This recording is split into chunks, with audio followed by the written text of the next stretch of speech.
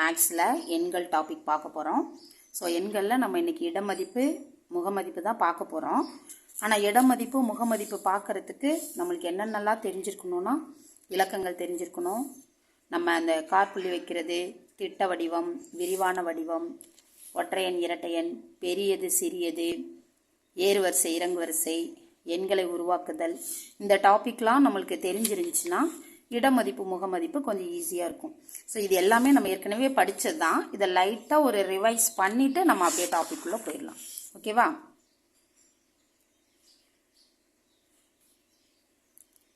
Okay, இப்போ பாருங்கள். இப்போ நம்ம இலக்கங்கள் பார்க்க போகிறோம். நம்ம சின்ன கிளாஸ்லேருந்து படிச்சிருப்போம். 1, 10, 100, 1000, 10,000, லட்சம், 10 லட்சம், கோடி, 10 கோடி, இப்படி தான் நம்ம வரிசையாக படிச்சிருப்போம். இது நம்மளுக்கு நல்லாவே தெரியும். இதை தான் நான் எழுத்தாலையும் எண்ணாலையும் இங்கே எழுதி காட்டியிருக்கேன். ஸோ இப்போ பார்த்தீங்கன்னா தெரியும். ஒன்றுகள்னா இது மட்டும்தான் ஒன்றுகள், ஒரே ஒரு நம்பர், ஒரு இலக்கம் இருக்கிறது. அடுத்து 1, 10, 2 இருந்துச்சுன்னா அது 2 இலக்கம்.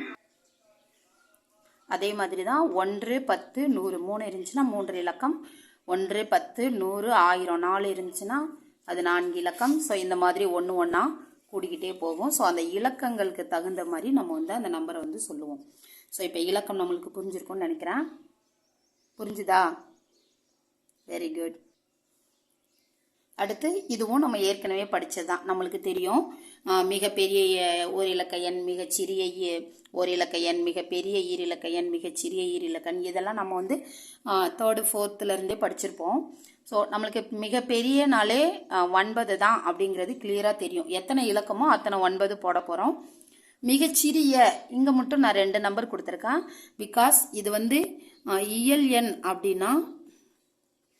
இயல் எண் அப்படின்னா நம்ம இது 1ன்னு வந்துடும். அதுவே மிகச்சிறிய முழு எண் அப்படின்னு கேட்டாங்கன்னா இது 0ன்னு ஆயிரும். நம்மளுக்கு தெரியும் இயல் எண் அப்படின்னா எப்படி ஸ்டார்ட் ஆகும். இயல் எண் எப்படி ஸ்டார்ட் ஆகும் சொல்லுங்கள். 1, வெரி குட், 2, 3, இப்படி 1லேருந்து ஸ்டார்ட் ஆகும். முழு எண் எப்படி ஸ்டார்ட் ஆகும்? எஸ், 0, 1, 2, 3 இப்படி ஸ்டார்ட் ஆகும். அப்போ இதில் மிகச்சிறிய எண் இது, முழு எண்ணில் மிகச்சிறிய எண் இது. அதனால தான் இங்கே 2மே கொடுத்துருக்கோம்.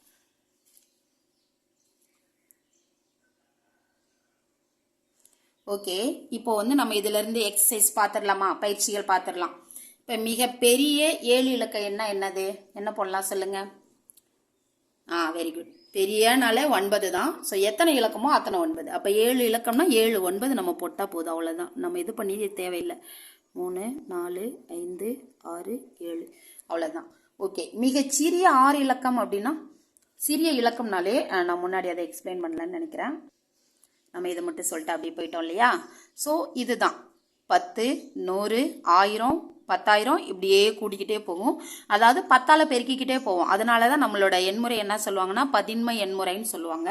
இப்போ இங்கே பாருங்கள், 1 10ஆல் பெருக்குனா 10, அதை 10ஆல் பெருக்குனா 100, இதை 10ஆல் பெருக்குனா 1000, இதை 10ஆல் பெருக்குனா 10,000, இப்படி கூடிக்கிட்டே போகும். அப்போ மிக சிறிய எண் அப்படின்னா இப்போ 4 இலக்கம்னா 4 நம்பர் இருக்கணும், 5 இலக்கம்னா 5 நம்பர் இருக்கணும்.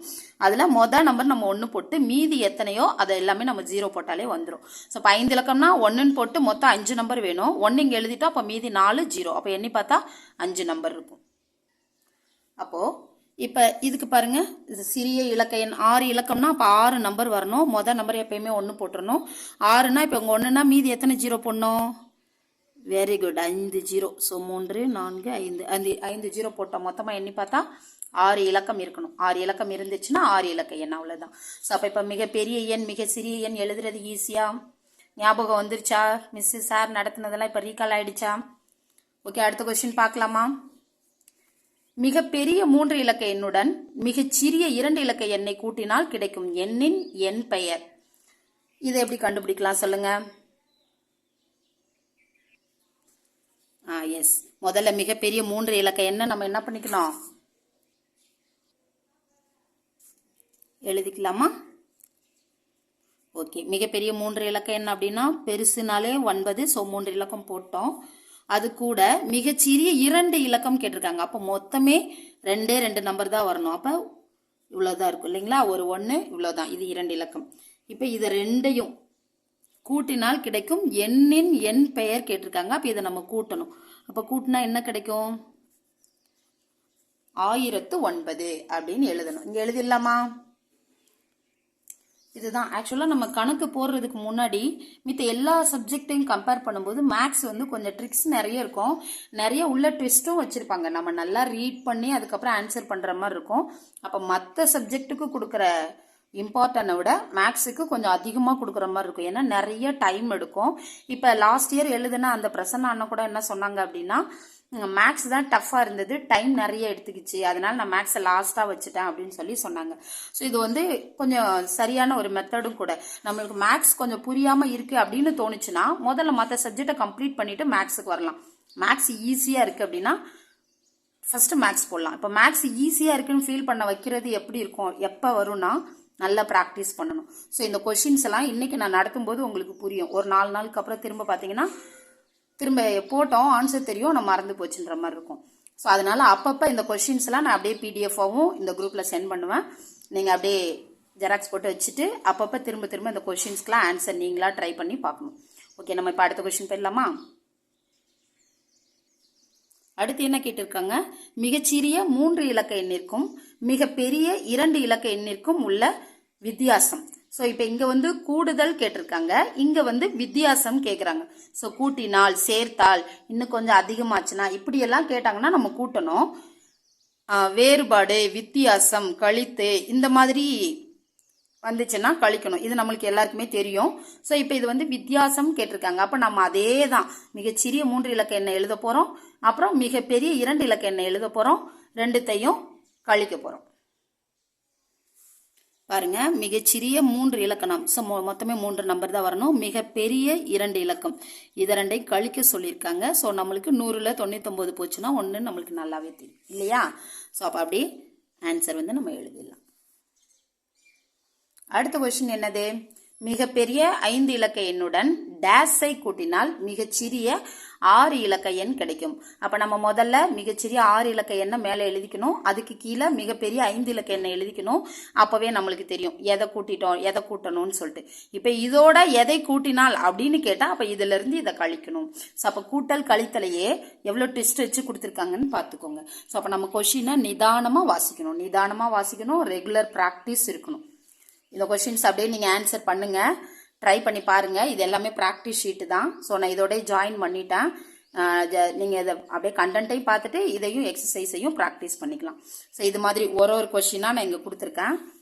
இங்கே ஏன் இப்படி கொடுத்துருக்கேன்னா இங்கே எல்லாமே நான் நம்பரில் எழுதியிருக்கேன், இங்கே வந்து எழுத்தால் எழுதியிருக்கேன். ஸோ எப்படி இருந்தாலும் நம்ம செஞ்சிடலாம், அதுக்கு தான் நான் வந்து இப்படி எழுதியிருக்கேன். ஸோ ஒரு கொஸ்டினாக இந்த பிடிஎஃப்பை பார்த்து நீங்கள் வந்து ஆன்சர் பண்ணுங்கள், ப்ராக்டிஸ் பண்ணுங்கள். ஏதாவது டவுட்னா கேளுங்க, நான் வந்து எக்ஸ்பிளைன் பண்ணுறேன்.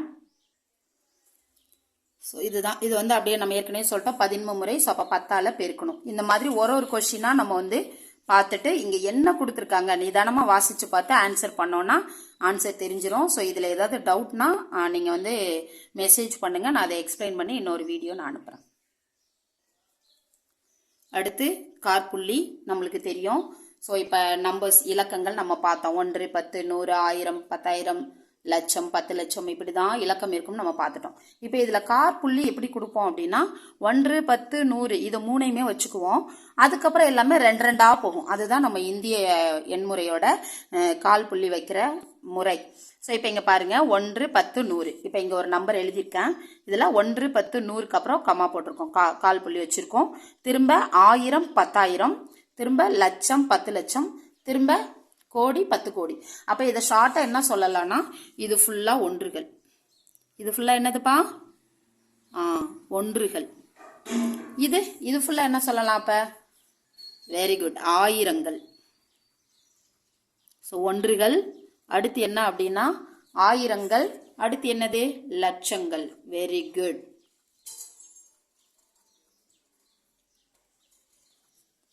ஸோ நம்மளோட கால் புள்ளி வைக்கிற முறை ஒன்றுகள், ஆயிரங்கள், லட்சங்கள், கோடிகள், இப்படி தான் போகும். ஸோ இப்போ இங்கே வந்து நான் கால் புள்ளி சொல்லியிருக்கேன், ஒன்றுகள், ஆயிரங்கள். அப்போ எத்தனை ஆயிரம் இருக்குது? 16,345. ஸோ இப்படி ஈஸியாக நம்ம வந்து போட்டுடலாம். நான் ஒரு 2 நம்பருக்கு மட்டும் கால் புள்ளி வச்சுருக்கேன்.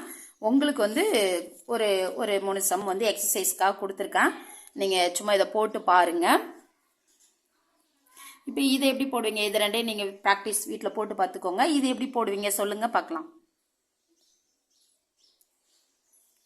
எஸ், 10 கோடி இருக்கு, லட்சம் இருக்கு. ஸோ அப்போ எத்தனை கோடி, எத்தனை லட்சம், எத்தனை ஆயிரம், எத்தனை ஒன்றுகள். ஸோ அதை அப்படியே போட்டு நம்ம வந்து கால் புள்ளி வச்சிட போகிறோம். Very good. அடுத்த டாபிக் போயிடலாமா? அடுத்தது இப்போ பாருங்க, இடமதிப்பு அண்ட் முகமதிப்பு. ஸோ இதில் இடமதிப்பு அப்படிங்கிறது ஒரு எண்ணில் ஒரு இலக்கம்னா அந்த இலக்கம் நிலை எந்த நிலையில் இருக்குது, அந்த இலக்கத்தோட நிலையை சொல்கிறது தான் இடமதிப்பு. அது எந்த இடத்துல இருக்குது. அதுவே முகமதிப்புனா அந்த இலக்கத்தோட உண்மையான மதிப்பு, அதாவது அதோட உருவம் பார்த்தோன்னா அது என்ன நம்பர் நம்மளால சொல்ல முடியும். அதுதான் வந்து எண் மதிப்பு. இப்போ இங்கே ஒரு எடுத்துக்காட்டு கொடுத்துருக்கேன். ஸோ இப்போ இந்த நம்பரில் இந்த நாளின் இட மதிப்பு அப்படிங்கிறது இந்த நாள் எந்த நிலையில் இருக்குது, எந்த இடத்துல இருக்குது. இது 1, இது 10, இது 100, இது என்னதுப்பா? Very good. ஸோ 1000. அப்போ இந்த 4 எந்த இடத்துல இருக்குது அப்படின்னா 1000தோட இடத்துல இருக்குது. அப்போ இது 4000. எத்தனை ஆயிரம்? 4000. ஸோ அப்போ நாளின் இடமதிப்பு 4000. முகமதிப்பு வந்து 4. பார்த்தோன்னே அது என்ன நம்பர், பார்த்தோன்னா அதோட நம்பர் சொல்லணும்னா இது 4, அவ்வளோதான். ஸோ இதுதான் முகமதிப்பு. ஸோ இந்த இடமதிப்போட அவசியம் என்ன, ஏன் இடமதிப்பை நம்ம இன்னும் கிளியராக தெரிஞ்சுக்கணும். நம்ம நார்மல் பேசிக்லேயே சொல்லியிருப்போம். இப்போ இந்த நம்பரை கூட்டன்னா எப்படி கூட்டியிருப்பீங்க உங்களுக்கே தெரியும். இப்போ 352. ஸோ இப்போ 352 போட்டோம். இப்போ இந்த 7 எதுக்கு நேரம் போடலாம்? இதுக்கு நேரம் போடணுமா, இதுக்கு நேரம் போடணுமா, இல்லை இதுக்கு நேரம் போடணுமா? எஸ், இப்போ இதுக்கு நேரம் போடணும் அப்படின்னு ஏன் சொல்கிறீங்க? ஏன்னா இதோட மதிப்பு, இதோட இட மதிப்பு, இது ஒன்றுகள். அப்போ ஒன்றுகளுக்கு நேரம் தான் நம்ம என்ன பண்ணணும், போடணும். ஸோ அப்போ அது நம்ம வந்து சின்ன வயசுலேருந்தே படிச்சிருப்போம், தெரியும். அப்போ இந்த இட மதிப்போட மதிப்பு இப்போ ஃபீல் ஆகுதா? இப்போ புரிஞ்சிருச்சா? ஓகே. அடுத்து இந்த நம்பர் இப்படி போட்டு நம்ம வந்து கூட்டுவோம். ஸோ அப்போ இட மதிப்போட அவசியம் இப்போ தெரியுதா? நம்ம இதை மாற்றி போட்டுட்டோன்னா எல்லாமே மாறி போயிடும், ஆன்சர் தப்பாயிடும். ஸோ அப்போ இடமதிப்பு ஏன் தெரிஞ்சுக்கணுன்றது இப்போ புரிஞ்சிருக்கும்னு நினைக்கிறேன். ஓகே, நம்ம அப்படியே பயிற்சிக்கு போயிடலாமா? இப்போது ஒரு நம்பர் கொடுத்துட்டாங்க. இந்த நம்பரில் 1000வது இடத்தில் உள்ள எண்ணின் இடமதிப்பு கேட்டிருக்காங்க. ஸோ இப்போ இந்த நம்பரில் 1000வது எண் எதுப்பா?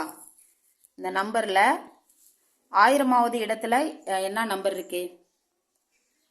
1, 10, 100, 1000. அப்போ 1000வது இடத்துல என்ன நம்பர் இருக்கு? 5 மட்டும் சொல்லிட்டோன்னா அது முகமதிப்பாயிடும். அப்போ 5 ஆயிரங்கள். அப்போ ஆன்சர் என்னது? 5 ஆயிரங்கள். அடுத்து 10ஆம் இடத்தில் உள்ள எண்ணின் முகமதிப்புன்னு கேட்டிருக்காங்க. அப்போ 10ஆம் இடம் எது? 1, 10. இதுதான் 10ஆம் இடம். அப்போ இதோட முகமதிப்பு தான் கேட்டிருக்காங்க. முகமதிப்புனா பார்த்தோன்னா சொல்லணும். பார்த்தோன்னா இது என்ன தெரியும்? 7ன்னு நம்மளுக்கு தெரியும். ஸோ அப்போ ஆன்சர் வந்து 7. இதுக்கு 5000 நம்ம சொன்னோம், இதுக்கு 7. அடுத்து அடிக்கோடிட்ட எண்ணின் இடமதிப்பு. ஸோ அடிக்கோடு எதுக்கு போட்டிருக்காங்க? 4க்கு தான் போட்டிருக்காங்க. அப்போ 4க்கு சொல்லுங்க பார்க்கலாம். 1, 10, 100. அப்போ இடமதிப்புனா பார்த்ததும் சொல்லக்கூடாது, அது இடத்த சொல்லணும். 4 நூறுகள். அப்போ 400. ஆன்சர் எழுதிடலாமா?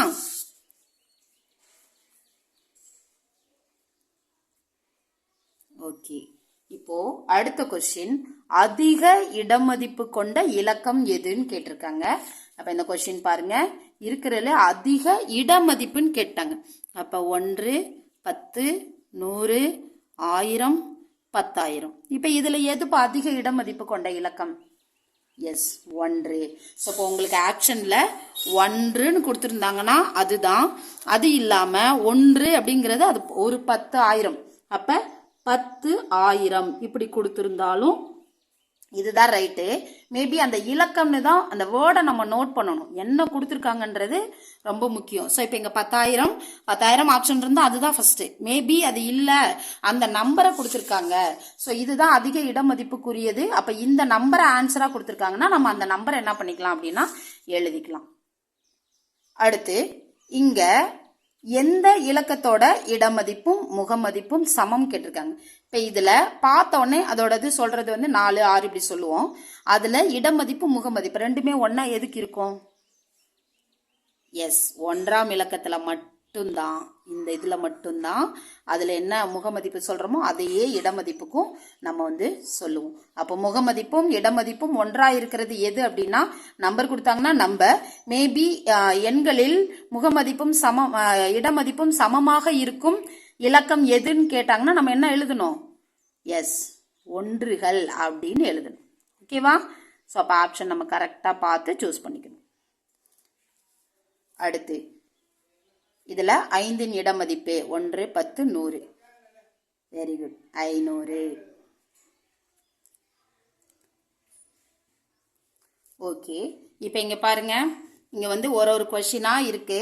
நீங்கள் இதில் ஒரு கேள்வியிலேயே என்ன சொல்லியிருக்காங்க அப்படிங்கிறத வந்து தெளிவாக படித்து பார்த்துட்டு அப்புறமா மதியத்துக்கு மேலே உட்காந்து நீங்கள் ஆன்சர் ட்ரை பண்ணலாம்.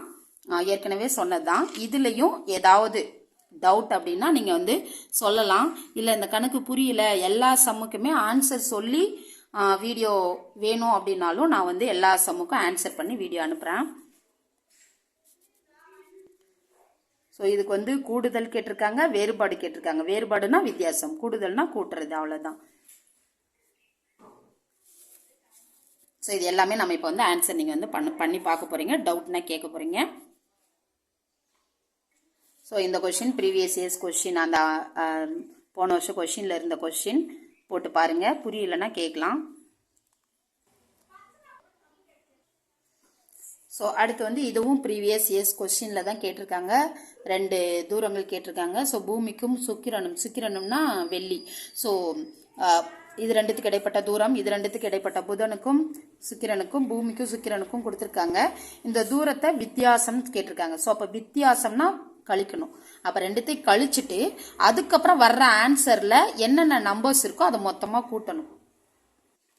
இப்போ இங்கே பாருங்க, இப்போ வந்து இப்படி ஒரு நம்பர் ஆன்சர் கிடைக்குதுன்னு வச்சுக்கோங்க. இதில் இலக்கங்களின் கூடுதல்னா இதனாலையுமே கூட்டணும். 8, 6, 14, 14, 7, 21, 25.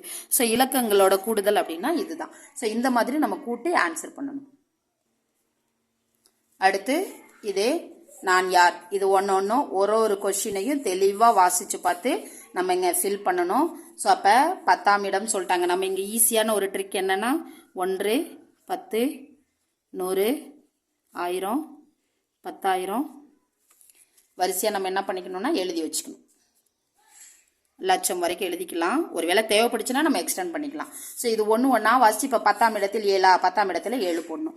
அடுத்து 1000வது இடத்தில் இருக்கும் எண் 4ஐ விட 1 குறைவு. ஸோ அப்போ இதுதான் 1000. 4ஐ விட 1 கம்மினா என்ன போடுவீங்க? 3. ஸோ இது மாதிரி ஒன்றா வாசிச்சு ஆன்சர் வந்து நம்ம கண்டுபிடிக்கணும். ஸோ ட்ரை பண்ணி பாருங்க. கீழே ஒரு கொஸ்டின் இருக்கு, அது மாதிரியே ட்ரை பண்ணுங்க. ஓகே, இந்த பயிற்சி கணக்கெல்லாம் மதியத்துக்கு மேலே போட்டு பார்த்துடலாமா? நம்ம இப்போ அடுத்த டாபிக் போயிடலாமா? ஓகே, நம்ம இப்போ திட்ட வடிவம் சொன்னோமா? ஸோ திட்ட வடிவம், விரிவான வடிவம், இதை தான் நம்ம 3rd டாப்பிக்காக கொடுத்துருந்தோம். ஆனால் இடமதிப்பு முகமதிப்பு தெரிலனா இது பார்க்க முடியாது. அதனால நம்ம அதை முதல்ல பார்த்துட்டு இங்கே வந்துட்டோம். ஸோ இப்போ திட்ட வடிவம் அப்படிங்கிறது நம்ம இப்போ இது வரைக்கும் பார்த்தது, அந்த இடமதிப்பு வரிசையாக பார்த்தோம் இல்லையா, அதுதான். அதையே நம்ம விரிச்சு எத்தனை 1000 இருக்கு, எத்தனை 100 இருக்கு, எத்தனை 10 இருக்கு, அதை வரிசையாக பார்த்து எழுதுறது தான் வந்து விரிவான வடிவம். இதில் வந்து இப்போ எத்தனை 10,000 இருக்கு, எத்தனை 1000 இருக்கு, எத்தனை 100 இருக்கு, எத்தனை 10 இருக்கு, எத்தனை ஒன்றுகள் இருக்கு. ஸோ இப்போ இங்கே ஒன்றுகள் இல்லை, அதனால நம்ம என்ன கொடுத்துருக்கோம்? 0 கொடுத்துருக்கோம். Very good. ஸோ ஒன்றுகள் இல்லை, அதனால நம்ம வந்து இங்கே 0 கொடுத்துருக்கோம். ஒருவேளை இப்போ உங்களுக்கு ஆப்ஷன்ல இப்படி இருக்குன்னு வச்சுக்கோங்களேன், இப்படி இந்த மாதிரி இப்படி தான் இருக்கு, இந்த மாதிரி இல்லை மிஸ், 4 ஆப்ஷன்ல இப்படி தான் இருக்கு அப்படின்னா நம்ம இதை சூஸ் பண்ணிக்கலாம். ஏன்னா 1க்கு மதிப்பு இல்லை, அதனால வந்து அவங்க வந்து எழுதலை. இல்லை இது கொடுத்துருக்காங்க அப்படின்னா ஓகே, நம்ம இதை டிக் போட்டுக்கலாம். ஸோ நம்மளுக்கு தேவை ஆன்சர் சரியா இருக்கா, அவ்வளோதான். இப்போ இங்கே பாருங்க, இங்கே நான் எழுதியிருக்கேன், இதில் இது எதுக்குமே மதிப்பு இல்லை. ஸோ அப்போ மதிப்பு இல்லாத எதையுமே நான் இங்கே எழுதலை, மதிப்பு இருக்கிறதுக்கு மட்டும்தான் போட்டிருக்கேன். ஸோ இப்படி போட்டிருந்தாலும் நம்ம ஆப்ஷன் அதுதான் போட போகிறோம். அப்படி இல்லை, இல்லாததுக்கும் அவங்க 0 போட்டு கொடுத்துருக்காங்கனாலும் நம்ம எழுதிக்கலாம். புரிஞ்சுச்சா? இப்போ திட்ட வடிவம், விரிவான வடிவம். ஓகேவா? Okay, fine. இப்போ இங்கே கொஞ்சம் கொஸ்டின் கொடுத்துருக்க மிஸ்ஸு, நீங்கள் இதை அப்படியே இங்கே போட்டு ட்ரை பண்ணி பார்த்துக்கோங்க. ஏதாவது டவுட்னா கேட்கலாம். அப்படி இல்லைன்னா இந்த மாதிரி கூட எழுத்தால எழுதிட்டு கேட்பாங்க. ஸோ அந்த இதை முதல்ல நம்ம 800 ரூபாய் எழுதிட்டோம்னாலே அதோட திட்ட வடிவம் தெளிவாக புரிஞ்சிடும். அவ்வளோதான். இதே விரிவான வடிவத்தில் எழுத சொன்னாலும் நம்ம மேலே இருக்க மாதிரி தான். ஸோ இப்படியெல்லாம் கொடுத்தா ஈஸியாக போட்டுருவோம். அதனால தான் இந்த மாதிரி கொடுக்குறாங்க. அவ்வளோதான். ஸோ இப்போ கீழே இருக்க 4 ஆப்ஷனில் எந்த தொகையிலேருந்து 50 கழிச்சா 500 கிடைக்கும்னு கேட்டிருக்காங்க. அப்போ நம்ம இது எல்லாத்தையும் கூட்டி அதுலேருந்து 50 கழிச்சு பார்க்கணும். எது ஆன்சர் 500 கிடைக்குதோ அதுதான் சரியான பதில். ஓகே, அடுத்து போயிடலாமா? அதாவது நான் எப்படி செய்யணும்னு எக்ஸ்பிளைன் பண்ணியிருக்கேன். அவ்வளோதான். ஸோ இப்போ நீங்கள் அந்த கொஸ்டினை பார்த்துக்கோங்க. அதை ஆன்சர் பண்ண முடியலன்னா இந்த வீடியோ ஆன் பண்ணிங்கன்னா நான் எப்படி செய்யணும்னு சொல்லியிருப்பேன். அதை நீங்கள் ஃபாலோ பண்ணி ஆன்சர் பண்ணிக்கலாம்.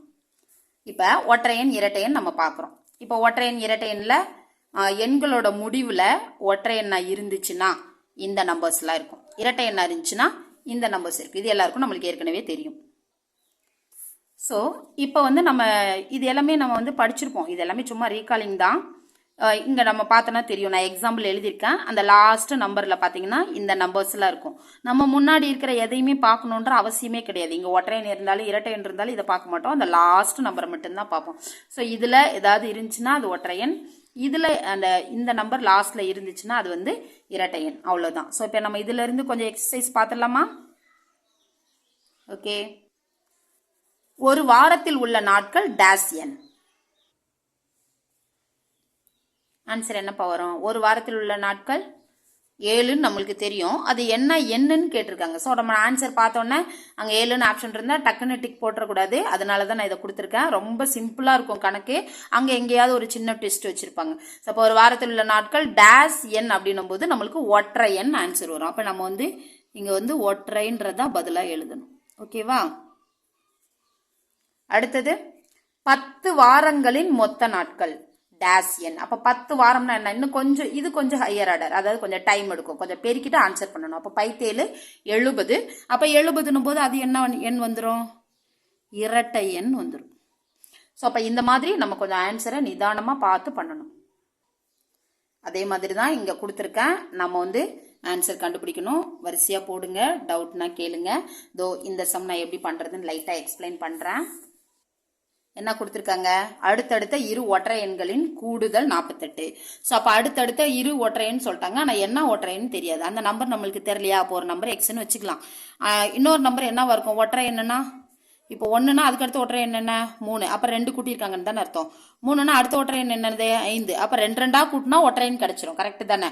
அப்போ இங்கே இந்த என்ன நம்பர்னே தெரியாது. நம்ம சும்மா எக்ஸ்ன்னு எடுத்துக்கிட்டோம். அப்போ அது கூட ஒரு 2 கூட்டுனா நம்மளுக்கு என்ன கிடைக்கும்? அடுத்த நம்பர் கிடைச்சிரும். இப்போ ஒரு நம்பர் எக்ஸ்னா இன்னொரு நம்பர் கூட 2 கூட்டணும். அப்படிதான். அது 2 கூட்டினா 48ன்னு சொல்லிட்டாங்க. அப்போ எக்ஸையும் கூட்டினா எவ்வளோ கிடைக்கும்? 2x கிடைக்குமா? இந்த 2 அப்படியே தனியாக வச்சுக்கலாமா? இப்போ பாருங்க, இப்படியே நம்மளுக்கு தேவை ஆன்சர் தான். இப்போ நான் இதை ஃபுல்லாக சொல்கிறேன். சிம்பிளாக எப்படி சொல்கிறதுன்னு திரும்ப சொல்கிறேன். ஸோ அப்போ இந்த 2x எப்படியே வச்சுக்கிட்டு இந்த 2 இந்த பக்கம் போணுச்சுன்னா இப்படி ஆகுமா? அப்போ 2x = 46. அப்போ இதில் ஒரு எக்ஸ் மட்டும்னா இதில் பாதியா? அப்போ பாதி எவ்வளவு? 46ல் பாதி எவ்வளோ? எஸ், 23. அடுத்த இரு ஒற்றையன். இதை நல்லா கவனிக்கணும். இரு ஒற்றையன் அவங்க கொடுக்கல, அடுத்தடுத்த இரு ஒற்றையன். அதனால தான் நம்ம எக்ஸ் போட்டோம், அடுத்து எக்ஸோட 2 கூட்டிக்கிட்டோம். இல்லைன்னா போட முடியாது. ஸோ அப்போ அடுத்தடுத்துன்றதுனால தான் எக்ஸ் போட்டு அந்த எக்ஸோட நம்ம ஒரு 2 சேர்த்து கூட்டினா அடுத்த நம்பர் நம்ம சொன்னோம். அப்போ ஒரு நம்பர் 23, இன்னொரு நம்பர் என்னவா இருக்கும்? அடுத்த நம்பர் அது கூட ஒரு 2 கூட்டினா என்ன கிடைக்கும்? 25. 23 கூட்டினா 48 கிடைச்சிச்சா? அவ்வளோதான். ஸோ அப்போ நம்ம ஒரு நம்பர் இவ்வளோ, இன்னொரு நம்பர் என்னது, அவ்வளோதான். அதை மட்டும் மைண்டில் வச்சு நம்ம ஆன்சர் பண்ணணும். அடுத்து சிலது கேட்டிருக்கேன். இப்போ இந்த மாதிரி சம்லாம் என்ன பண்ணலாம்? இரு ஒற்றை எண்களின் கூடுதல் எப்போதும் டேஸ் அப்படின்னு கொடுத்துருக்காங்க. இப்போ இதை நம்ம எப்படி போடலாம்? 2 ஒற்றை எண்ணம் ஒன்றும் பிரச்சனை இல்லை. நம்ம 2 ஒற்றை எண்ணம் கூட்டி பார்த்துக்கலாம். அவ்வளோதானே? அதோட கூடுதல் தானே கேட்டிருக்காங்க. எனி 2 நம்பர்ஸ் நம்மளுக்கு தேவை ஒரு 2 ஒற்றை எண்ணம் கூட்டணும்னு சொல்லியிருக்காங்க. ஸோ அப்போ இதை இப்படியே யோசிக்காம அப்படியே மைண்ட் கொண்டு வரணும் அந்த நம்பரை. இப்போ 2 ஒற்றை எண்ணா நம்ம 2 ஒற்றை எண்களை கொண்டு வந்து அதை கூட்டினா என்ன கிடைக்குது? ஸோ இப்போ சொல்லுங்க, ஒற்றை எண்களை கூட்டினா என்னப்பா கிடைக்குது? எஸ், இரட்டை எண்கள் கிடைக்குது. அப்ப இரு ஒற்றை எண்களின் கூடுதல் எப்போதும் எந்த எண்ணா இருக்கும்? வெரி குட், இரட்டை எண்ணா இருக்கும். அடுத்து ஒற்றை எண் மற்றும் இரட்டை எண்ணின் பெருக்கல் பலன் சொல்லியிருக்காங்க. அப்ப ஏதாவது ஒரு ஒற்றை எண் ஒரு இரட்டை எண் போட்டு பெருக்கி பாருங்க. ஒரு ஒற்றை எண் போட்டாச்சு, ஒரு இரட்டை எண் போட்டாச்சு. அடுத்து ஏதாவது ஒரு ஒற்றை எண் சொல்லுங்க. ஏதாவது ஒரு நம்பர் நம்மளே போட்டுக்கலாம். இப்போ ஒரு இரட்டை எண் ஒரு 8 போட்டுக்கலாமா? இப்போ இதை பெருக்கி பாருங்க. அப்ப என்ன கிடைக்குது? ஒரு ஒற்றை எண்ணை இரட்டை எண்ணை பெருக்குனா எப்பவுமே என்ன நம்பர் கிடைக்குது? எஸ், இரட்டை எண் கிடைக்குது. அப்ப இங்க ஆன்சர் என்ன எழுதலாம்? இரட்டை எண் எழுதலாம். Very good. இதை இன்னும் கொஞ்சம் ட்விஸ்ட் வைக்கணும் அப்படின்னா, ஒரு ஆட்டுப்பட்டியில 310 ஆடு இருக்குன்னு சொல்லியிருக்காங்க. அதோட கால்களின் எண்ணிக்கை அப்படின்னா அப்ப நம்ம என்ன சொல்லலாம்? கால்களின் எண்ணிக்கை மட்டும் கேட்கல, அது என்ன எண் கேட்டிருக்காங்க. அப்ப அது ஒற்றை எண்ணா இரட்டை எண்ணா? இதை நம்ம வந்து இதை பெருக்கி பார்த்து ஆன்சர் பண்ண போறோம். இப்போ மொதல் நம்பரை மட்டும் பெருக்கினாலே போதும், நம்மளுக்கு வந்து ஆன்சர் தெரிஞ்சிடும். ஏன்னா நம்ம 1ஆம் இலக்கம் தான் பார்க்க போகிறோம். ஸோ அப்போ இந்த 310 நம்ம 4ஆல் பெருக்குவோம் இல்லையா? இந்த இதை பார்த்தாலே போதும். ஒற்றை எண் இரட்டை எண்ணுக்கு 0 நாளையும் பெருக்குனா என்னது? 0. அப்போ 1ஆம் இலக்கத்தில் 0 வந்தால் அது ஒற்றை எண்ணா இரட்டை எண்ணா? எஸ், இரட்டை எண். அவ்வளோதான். இது ஏன்னா சின்ன நம்பராக இருக்கு, நம்ம டக்குன்னு பெருக்கிடுவோம். பெருசாக ஒரு நம்பர் இருக்குன்னு வச்சுக்கோங்க. அப்போ அதை ஒற்றை எண்ணா இரட்டை எண்ணா அப்படின்னு பெருக்கிறதுக்கு நம்ம எப்பயுமே முழுசா பெருக்கி பார்க்கக்கூடாது. அது டைம் தான் வேஸ்ட் ஆகும். ஒரு பெரிய நம்பர் இப்போ 4768 இப்படி ஒரு நம்பர் இருக்குன்னு வச்சுக்கோங்க. இப்போ இதை 5ஆல் பெருக்க போகிறோம். இதை பெருக்குனா இதில் ஒற்றை எண் என்ன, இரட்டை எண்ணா, ஒற்றை எண்ணா அப்படின்னு கேட்கறதுக்கு நம்ம இது எல்லாத்தையும் பெருக்கணுன்ற அவசியம் இல்லை. இந்த மொதல் 2 மட்டும் பெருக்குனா போதும். 8 5 40. இங்கே என்ன வருது? ஸோ இங்கே 0 வருது. அப்போ இது ஒற்றை எண்ணா இரட்டை எண்ணா? இரட்டை எண். அவ்வளோதான். ஸோ இப்படி நம்ம கண்டுபிடிச்சிட்டா போதும். ஓகே, அடுத்து போயிடலாமா? அடுத்து பெரியது சிறியது. நம்மளுக்கு இது தெரியும், பெரியது சிறியது. இப்போ நான் கூட ஒரு மீன் வச்சிருக்கேன், நான் அதை காட்டுறேன். ஸோ இங்கே பாருங்க, அந்த வாயை திறந்து ஆண் வச்சிருக்கு இல்லையா? அது சாப்பாடு பெருசாக இருந்தோன்னா வாயை திறந்துருக்கு. இன்னொரு மீன் வந்து குட்டியாக இருந்தோன்னா வாயை மூடி இருக்கு. ஸோ இப்படி நம்ம ஞாபகத்தில் வச்சுக்கலாம். ஸோ அப்போ வாய் திறந்துருந்துச்சுன்னா அது பெருசு, மூடி இருந்துச்சுன்னா அது சின்னது. ஓகே, இப்போ நம்ம அந்த மீன் படத்தில் பார்த்தோம் இல்லைங்களா? அதே மாதிரி தான். ஸோ அப்போ வந்து எது பெரிய நம்பரோ அதை மட்டும், இப்போ நம்ம பெரியது சிறியதுக்கு எதை மட்டும் கம்பேர் பண்ணால் போதும்? இந்த லாஸ்ட் முதல்ல எத்தனை இலக்கம்னு பார்க்கணும் இல்லையா? ஸோ இப்போ இது 4 இலக்கமா 3 இலக்கமா? Okay fine. முதல்ல இங்கே எத்தனை நம்பர்ஸ் இருக்குன்னு பார்க்கணும். 2 4 5 இருக்கு. இங்கேயும் 2 4 5. ஸோ ரெண்டுலேயுமே சம இலக்கம் தான் இருக்கு. அப்போ நம்ம என்ன பண்ணணும் அப்படின்னா, ஃபர்ஸ்ட் நம்பர் ரெண்டுத்துலையும் எது பெருசா இருக்கோ அதுதான் பெருசு. அப்ப இதுதானே பெருசு. அப்ப மீன் இந்த பக்கம் பார்த்து தான் வாயை திறக்கும். அவ்வளவுதான். அடுத்து அதே மாதிரி தான் முதல்ல இலக்கத்தை எண்ணணும். ரெண்டுமே சம இலக்கமா இருந்துச்சு. பெருசா இருந்துச்சுன்னா இப்ப இங்க பாருங்க, இங்க 2 இருக்கு 3 இருக்கு, நம்ம பார்த்தோன்னே சொல்லிடலாம் இதுதான் வந்து பெருசா. அப்ப இந்த பக்கம்னு சொல்லிடலாம். இல்ல ஒரே இலக்கமா இருந்துச்சுன்னா நம்பர் கம்பேர் பண்ணணும். நம்பர் ரெண்டுத்துல இப்படி ஒரே மாதிரி இருக்குன்னா அடுத்து இருக்க 2வது நம்பர், இங்க 3 இருக்கு இங்க 4 இருக்கு, அப்ப எது பெருசு? இதுதான் பெருசு. மேபி 2வது சமமா இருந்தா 3வது நம்பரை பார்க்கணும். அப்ப இந்த லாஸ்ட்ல இருந்து வரிசையா பெரிய மதிப்புல இருந்து கொஞ்சம் கொஞ்சமா கம்பேர் பண்ணிட்டே வரணும். புரிஞ்சிருச்சா? அடுத்த டாபிக் போயிடலாமா? இதை செஞ்சு பாருங்க, நான் PDF அனுப்புறேன். ஓகே, அடுத்தது ஏறு வரிசை மற்றும் இறங்கு வரிசை. நம்ம இது ஏற்கனவே எல்லாமே படிச்சிருப்போம் தான். இதை லைட்டா ஒரு ரீகால். இப்போ ஏறு வரிசை அப்படின்னா, இப்போ ஒரு படி ஏறுறோம்னு வச்சுக்கோங்களேன். இப்போ கவுண்ட் பண்ணிட்டே நம்ம ஏறுறோம். மேலே பண்ணோன்னா விக்ட்ரி கப் வாங்கிட்டோம். வாங்கிட்டு ரிட்டர்ன் கீழே இறக்கணும். இப்போ மேலே ஏறும்போது ஃபர்ஸ்ட் நம்ம என்ன படியில் ஏறியிருப்போம்? எஸ், முத 1ன்ற படியில் ஏறி தான் இங்கே போயிருப்போம். இப்போ இங்கே வந்து 10வது படியில் போயிட்டு நம்ம வந்து வின் பண்ணிட்டோம். இப்போ இங்கேருந்து கீழே இறங்கணும் அப்படின்னா ஃபர்ஸ்ட் எந்த படிக்கு இறங்குவோம்? 10லேருந்து அதுக்கு முன்னாடி இருக்கிற 9க்கு தான் போயிருப்போம். ஸோ அப்போ ஏறும்போது சின்னதுலேருந்து கொஞ்சம் கொஞ்சமாக போய் மேலே போயிடுவோம்.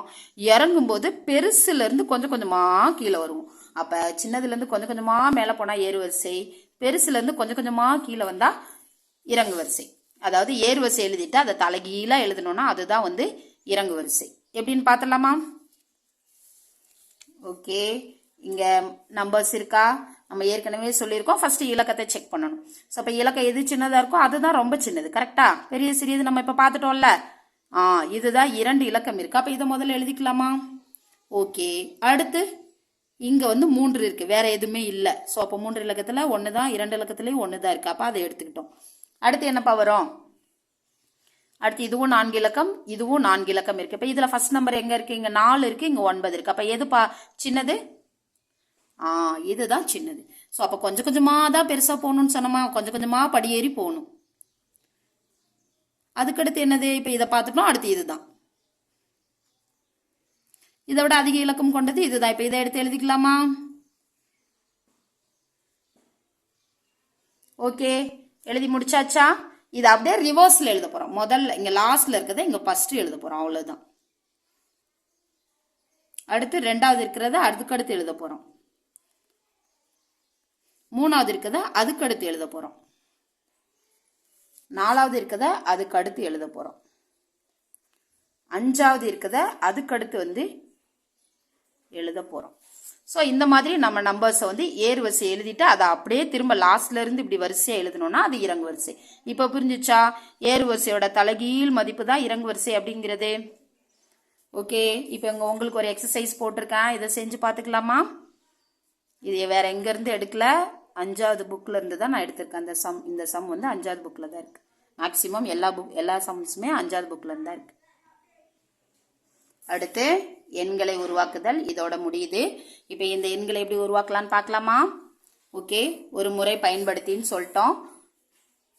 இப்போ இந்த ஒரு முறை பயன்படுத்தி நம்பர்ஸ் கொடுத்துட்டோம். இதே மீண்டும் மீண்டும் பயன்படுத்தினா என்ன பண்றது? முதல்ல ஒரு முறை பார்த்துக்கலாமா? ஓகே, ஒரு முறை இங்க நம்பர்ஸ் இருக்கு. இந்த நம்பர்ஸை வச்சு நம்ம உருவாக்கணும். ஸோ நம்ம எப்பயும் சொன்னது போலதான், பெருசு அப்படின்னா முதல்ல பெரிய நம்பர் எழுதிடணும், சின்னதுன்னா முதல்ல சின்ன நம்பர் எழுதணும், அவ்வளவுதான். ஸோ அப்போ பெருசுனா இறங்கு வரிசை, சின்னதுன்னா ஏறு வரிசை. அப்படி கூட கேட்டாங்கன்னா நம்ம அதையும் சொல்ல தெரியணும். ஸோ அப்போ பெரிய நம்பர்னா முதல்ல பெருசா எழுதணும். அப்போ முதல்ல பெருசா எழுதுறதுன்னா என்னது? இறங்கு வரிசையில தானே பெருசா எழுதுவோம். சிறிய நம்பர்னா முதல்ல சின்னதா எழுதணும். அப்போ முதல்ல சின்னதுன்னா என்னது? ஏறு வரிசை தான். முதல்ல சின்னதுல இருந்து கொஞ்சம் கொஞ்சமா ஏறிட்டே போகும். அப்போ இங்க கொடுத்துருக்க நம்பரை இறங்கு வரிசையில எழுதணும்னா பெரிய நம்பர், ஏறு வரிசையில எழுதணும்னா அது சின்ன நம்பர். இது புரிஞ்சுச்சா? Okay, very good. இப்போ இப்படி கொடுத்துட்டாங்கன்னு வச்சுக்கோங்க. இப்போ மிகப்பெரிய 5 இலக்க எண் கொடுத்துட்டாங்க. நம்ம எப்படி எழுதலாம்? ஏழு வரிசை சொன்னோமா? ஏறு வரிசை என்னது? 7 5 2 1 0. இப்போ மிகச்சிறிய 5 இலக்க எண் கொடுத்துருக்காங்க. அப்போ இதோட ரிவர்ஸ் தான் சிறியதுன்னு நம்மளுக்கு தெரியும். முதல் 0 போட்டால் அதுக்கு மதிப்பு இருக்குமா? மதிப்பு இருக்காது. இப்போ 0 போட்டோம்னு வச்சுக்கோங்களேன். 0 போட்டால் என்ன கிடைக்கும்? 0 1 2 5 7ன்னு கிடைக்கும். இது மதிப்பு கிடையாது. அப்போ நம்மளுக்கு 4 இலக்கம் வந்துடும். என்ன கேட்டிருக்காங்க? 5 இலக்கம் கேட்டிருக்காங்க. அப்போ என்ன பண்ணலாம்? இது எப்படி லைட்டாக மாற்றினா ஆன்சர் கிடச்சிடும். எப்படி கிடச்சிரும்? அப்போ இதை மட்டும் அப்படியே இன்டர்சேஞ்ச் பண்ணணும், இதை மட்டும் ரெண்டாவது போட்டுறணும், மித்த எல்லாத்தையும் அப்படியே வச்சுக்கலாம். அவ்வளோதான் சரி. புரிஞ்சிச்சா? Very good. அதே மாதிரியே நான் இங்கே ஒரு நம்பர் கொடுத்துருக்கேன், நீங்கள் போட்டு பார்த்துக்கலாமா? ஸோ அந்த செகண்ட் மாடலையும் ஒரு சம் எழுதியிருக்கேன், இதுக்கும் வந்து நீங்கள் போட்டு பார்த்துக்கலாம். அடுத்து வந்து இந்த மாதிரி சம், இதை வந்து நான் பிடிஎஃப்ல எழுதலைன்னு நினைக்கிறேன், இதை நீங்கள் நோட் பண்ணிக்கிட்டு எழுதிக்கோங்க. அடுத்து இப்போ நம்ம சொன்னோமா மீண்டும் பயன்படுத்தி, இப்போ ஒரு நம்பர் இருக்குன்னு வச்சுக்கோங்களேன். இப்படி கேட்குறக்கு வாய்ப்பு இல்லை, பட் மேபி கேட்டாங்கன்னா நம்ம அதுக்கும் ரெடியாக இருக்கணும் இல்லையா? ஓகே, இப்போ பாருங்க, இங்கே மிகப்பெரிய எண்ணா இங்கே 8 தானே. ஸோ மீண்டும் பயன்படுத்தினா அவங்க எத்தனை இலக்கம் சொல்கிறாங்களோ அத்தனை இலக்கம். 7 இலக்க எண் மிகப்பெரியன்னு கேட்டாங்கன்னா இந்த 8ஐயும் நம்ம என்ன பண்ணிக்கலாம்?